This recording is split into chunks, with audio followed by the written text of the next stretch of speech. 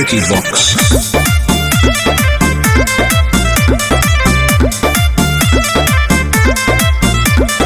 होली खेले अहे छौरी अहिर के खटाल में रंगावा लगाई देबो गोर दुनो गाल में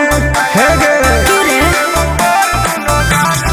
होली खेले अहे छौरी अहिर के खटाल में रंगावा लगाई देबो गोर दुनो गाल में डीजे पर बजा के रंगदारी वाला गाना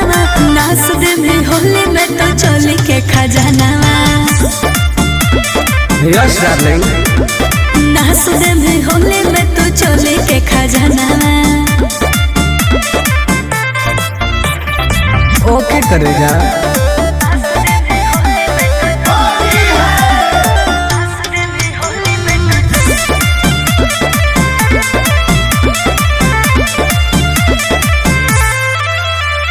जे मैं करबहु मनाओ में डाल दे में जबरे आगे पीछे ऊपर नीचे रंग दे में सगरे अब की हो जाई तोगे बड़ी दुख होते रे गोरो ही प्यार गे तू समझो ही रंगदार गे लूजर वाला लूजर तन के अहे साला बार गे आइबो नहीं मिले धोखे को हो ही कनाना नाच दे में होली में तो चोली के खजानावा ना पागल नाच दे में होली में तो चोली के खजानावा सगरो रंगाई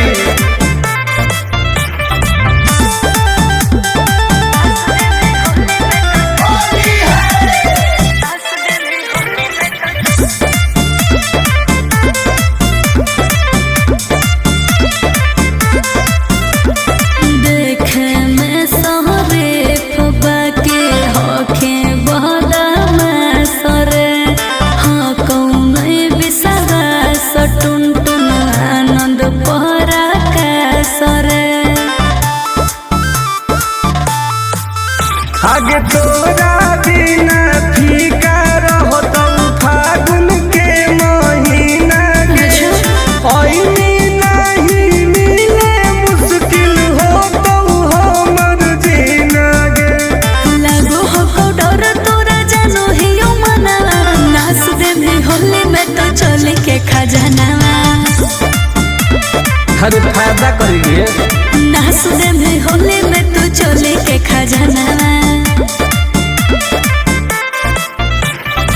रंगवा ले सही रही ठीक हो अब यो हिम्मत करके